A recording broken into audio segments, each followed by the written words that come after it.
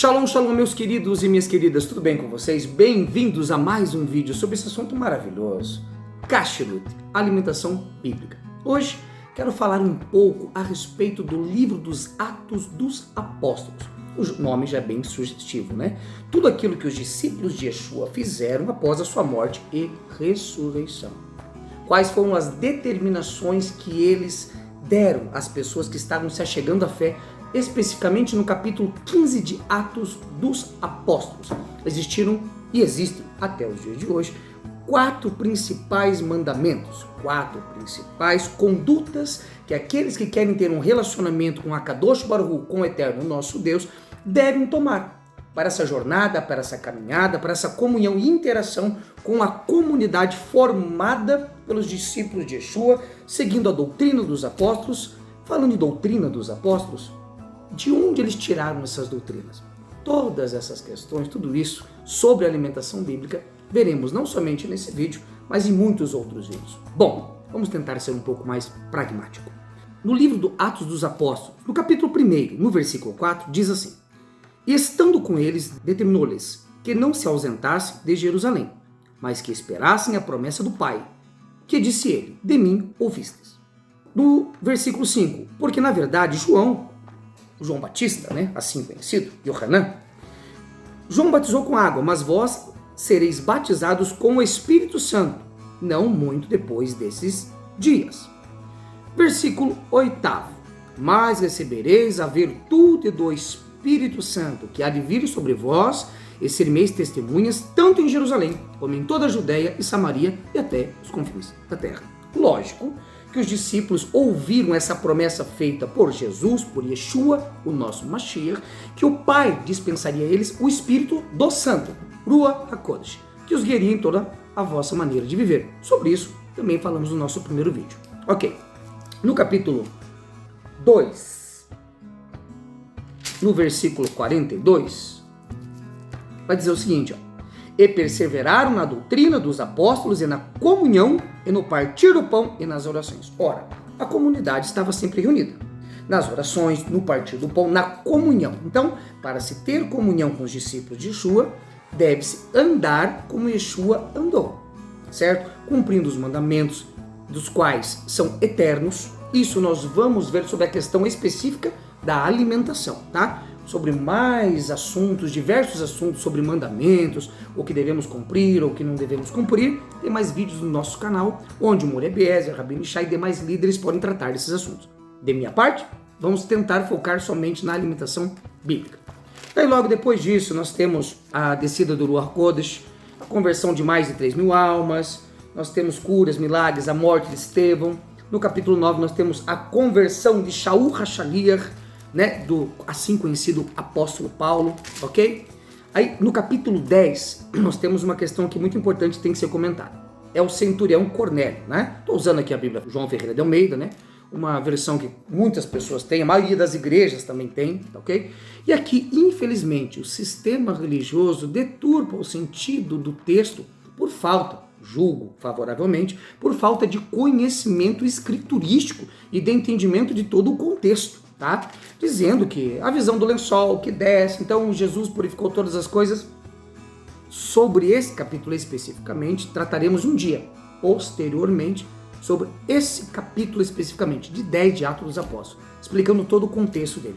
A princípio, como disse, vamos ver se a gente consegue chegar hoje no capítulo 15 de Atos dos Apóstolos, tá?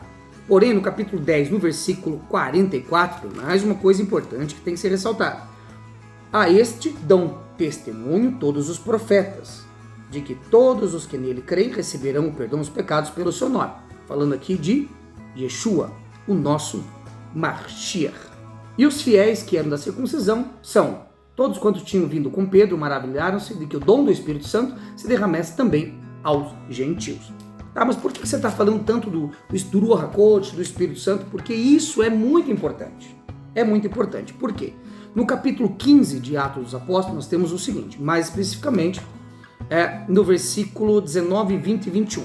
Mas vamos ver aqui, capítulo 15, versículo 1. Então, alguns que tinham descido da Judéia ensinavam assim os irmãos: se vós não circuncidardes, conforme o uso de Moisés, não podeis salvar-vos. No versículo 5. Alguns, porém, da seita dos fariseus que tinham crido, se levantaram dizendo que era mister circuncidá-los e mandar-lhes que guardassem a lei de Moisés. Então, no capítulo 15 de Atos, aconteceu o primeiro concílio, tá? O concílio de Jerusalém, onde os discípulos estavam com essa aparente problemática, onde os seus irmãos judeus, que eram da circuncisão, queriam que os gentios circuncidassem de qualquer maneira e guardassem toda a lei de Moisés. Tá ok? Sobre essa questão de circuncisão, sobre essa questão de guarda de mandamentos, tem um vídeo do Moreira Biesi especificamente falando sobre circuncisão no nosso canal. Vou deixar o link aí na descrição para você ver esse vídeo, ok? Vamos tentar focar então na alimentação. Então, no capítulo 15, do versículo 19, 20 e 21. Pelo que julgo que não se deve perturbar aqueles que dentre os gentios se convertem a Deus, tá? Mas escrever-lhes que se abstenham das contaminações dos ídolos, da prostituição, do que é sufocado e do sangue. Porque Moisés, desde os tempos antigos, tem em cada cidade quem o pregue, e a cada sábado é lido nas sinagogas. Então temos alguns fatores importantes. Essa carta, essa decisão tomada pelos discípulos de Yeshua a respeito daqueles que estavam se achegando à fé, à emuná que eles praticavam, deveriam fazer 4 coisas importantíssimas para que houvesse a comunhão no partir do pão, nas orações, na vivência de uma vida para o eterno nosso Deus. Bom, vamos citar algumas coisas aqui. Dos 4 mandamentos iniciais, 2 fazem parte da alimentação bíblica. Sim, não comer do que é sufocado e também do sangue. Tá ok? Aí tem mais 2 coisas que tem que ser importantíssimas citar aqui. Porque Moisés, desde os tempos antigos, tem em cada cidade quem o pregue. Ou seja, quando falamos assim, tem Moisés que opera, pregue, não ouvir o que Moisés disse, nós estamos falando do quê? Da lei, da escritura. Estamos falando do Tanar, dos profetas, dos salmos, que era a base da fé de todo judeu. Simples assim. Não é difícil de entender, concorda comigo? Então o que acontece? Dos 4 mandamentos, 2, 50% é alimentação. É alimentação bíblica. E Moisés era pregado onde? Em cada sábado nas sinagogas. Então, de novo, Yaakov Hatzadik, o líder daquela comunidade, isso quem está dizendo aqui é o contexto, não são palavras minhas. Ele se levanta e dá um parecer, que é bem visto pelos demais discípulos, ok? E depois, Paulo, Barnabé, Silas são enviados à Judéia, Samaria, para anunciar aos gentios que querem servir a Deus, que esses mandamentos deveriam ser praticados. Interessante. Por que essa carta não foi escrita para os judeus? Porque eles tinham conhecimento das leis alimentares. Eles conheciam, lógico, a prática e a ciência do que é kashrut. Agora, de onde eles tiraram que não poderiam se comer da carne com sangue e do que é sufocado? Foram das suas próprias mentes? Foram guiados pelo Ruach HaKodesh, pelo Espírito Santo? Óbvio que foram. Mas de onde que eles tiraram isso? É lógico que eles tiraram das Escrituras, daquilo que eles tinham como conhecimento da vontade do divino, do sagrado bendito, seja ele. Então por isso que a carta foi escrita aos gentios, que estavam se aproximando da fé, que queriam servir ao eterno, o nosso Deus. Foi dado esses 4 mandamentos iniciais. Ok? Tem muitos mais outros mandamentos que podemos falar de repentemente em posteriores vídeos, mas vamos focar aqui na alimentação bíblica. Vamos falar um pouquinho só sobre a instrumentação para fazer a Sheritah, tá? Aqui eu tenho em mãos uma halaf, que não é minha, é do Rabino Shai Ben Yehudá, tá bom? Praticamente ele me deu essa instrumentação aqui, né? Não sei, tem que conversar bem com ele, tá? Mas aqui, ó, ok? Formato da halaf, ela não tem ponta, peso, medida, né? Produzida pelos sábios do nosso povo, né? Ok? Dentro das especificações do Talmud, do Shulchan Aruch, Tratado de Hulin, enfim. Falando em Tratado de Hulin, ensinamento dos sábios, qualquer instrumentação devidamente afiada, tá?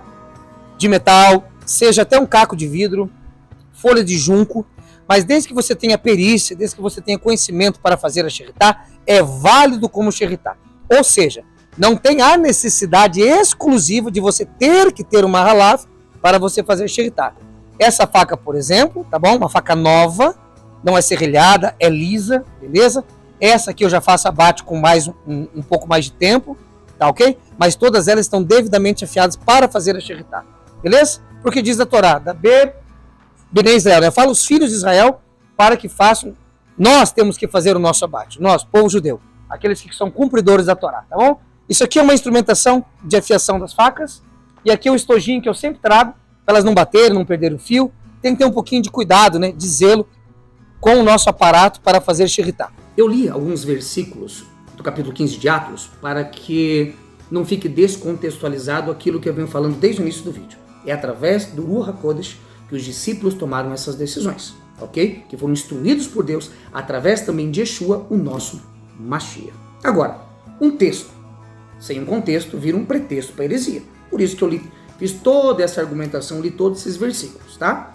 E tem mais uma coisa que é importante dizer. Quando a gente começa a ler um livro, como a Bíblia, pelo final dele, né? Pela Brit Hadashah, pela Nova Aliança, tá?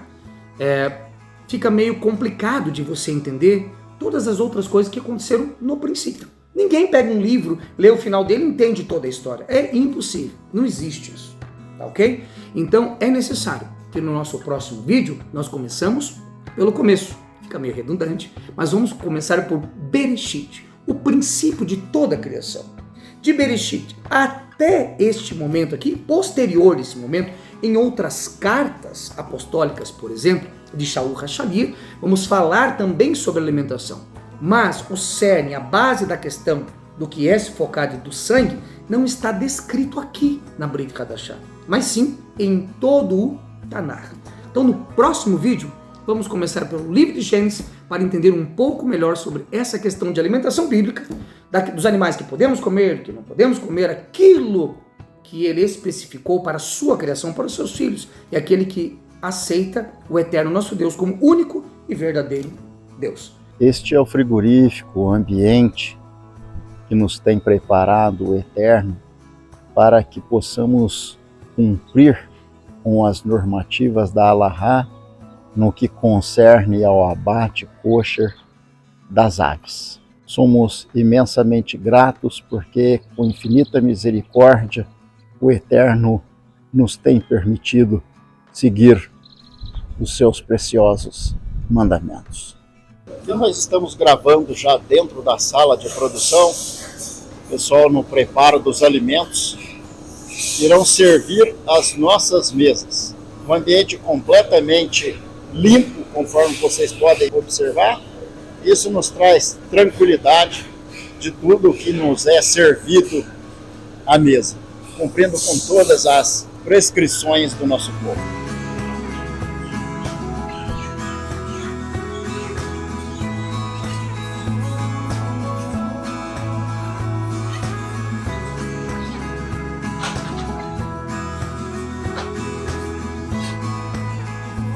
A intenção deste vídeo é mostrar a diferença entre abate kosher e abate convencional.